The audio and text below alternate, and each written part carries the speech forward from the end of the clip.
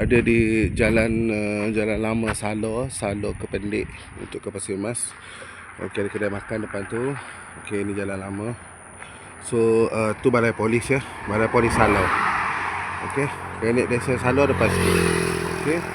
Okey, bila masuk ke kiri daripada Kota Baru masuk ke kanan tu ke menghadap Kota Baru ya. Daripada Kota Baru masuk ke kanan, kita ada sebuah store open structure, gudang open structure ya. Berkeluasan 4,330. Berkeluasan 4,330. Okey, ni rumah ni pun rumah dia. So cumanya dalam tanah ni juga. Tanah berkeluasan dalam setengah hektar. Rumah ni ada satu, tapi rumah ni masih digunakan lah untuk family. Cumanya luas ni luas lorry friendly lah, boleh nak reverse ataupun nak masuk. Okey, pagar ni keluasan ni lah. Lepas tu dia ada satu rumah banglo di belakang, 3 bilik, 1 bilik air, di mana sesuai dijadikan rumah pekerja lah. Rumah pekerja ataupun office store lah. Okey, ni store dia. Alright, ni store dia. Open structure besi atas. Okey, luas 4,330. Okey, 4,330. Okey, atas. Okey, belum ada electricity lah.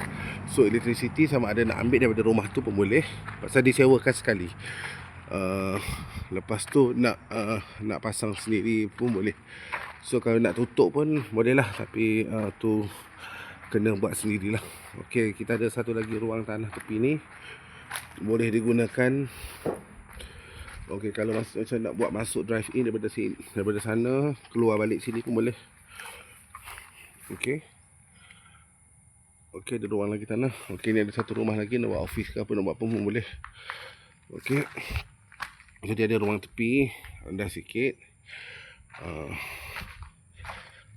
Tengah ni lah.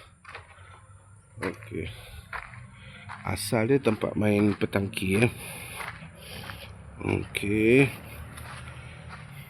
Okey, ni banglo yang sekali dalam rumah ni ya. Okey, tanah tu ada lebih lagi sampai ke rumah tu. Okey, ada ruang tepi lagi, boleh parking ataupun nak buat apa-apa. Dan kita masuk ke rumah banglo. Okey, rumah banglo ada terus masuk toilet, terus dapur, ruang dapur, toilet, bilik agak luas ya. Okey, bilik pun luas. Bilik ada dua, sorry. Okey, toilet, 2 bilik dan satu ruang tamu lah. Tapi nak buat bilik pun boleh. Okey, elektrik ada. Okey, kita tengok gudang daripada banglo ni lah.